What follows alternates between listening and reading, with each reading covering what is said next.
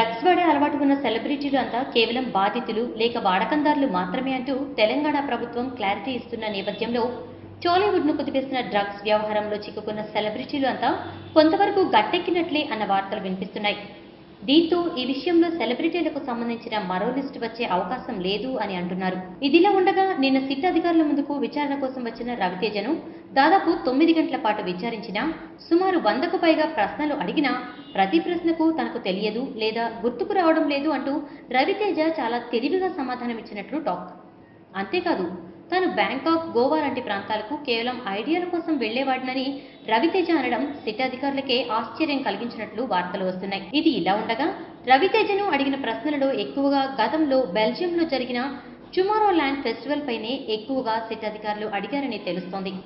ఈ ఫెస్టివల్ కు అప్పట్లో సమంత కూడా వెళ్లడమే కాకుండా తన అందాలను ఎక్స్పోజ్ చేస్తూ ఆ ఫెస్టివల్లో తాను హడావిడి చేసిన ఫోటోలను కూడా తన అభిమానులకు అప్పట్లో షేర్ చేసింది. అప్పటికి సమంత ఇంకా తాను నాగ చైతన్యాన్ని ప్రేమిస్తున్నాను అంటూ పబ్లిక్ గా చెప్పలేదు. అయితే టుమారో ల్యాండ్ మ్యూజిక్ ఫెస్టివల్లో సమంతతో పాటు రాణా దగ్గుబాటి, రెజినా, రకుల్ ప్రీత్, నితిన్లతో పాటు రవితేజ కూడా అప్పట్లో హడావిడి చేశాడు.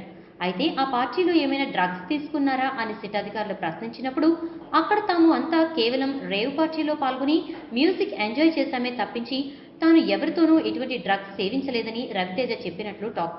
దీంతో ఈ పార్టీకి సంబంధించిన ప్రస్తావన రావడంతో రవితేజతో పాటుగా ఆ పార్టీలో పాల్గొన్న అనేక మంది సెలబ్రిటీల ప్రస్తావన రావడం యాదృచ్ఛికం అనుకోవాలి.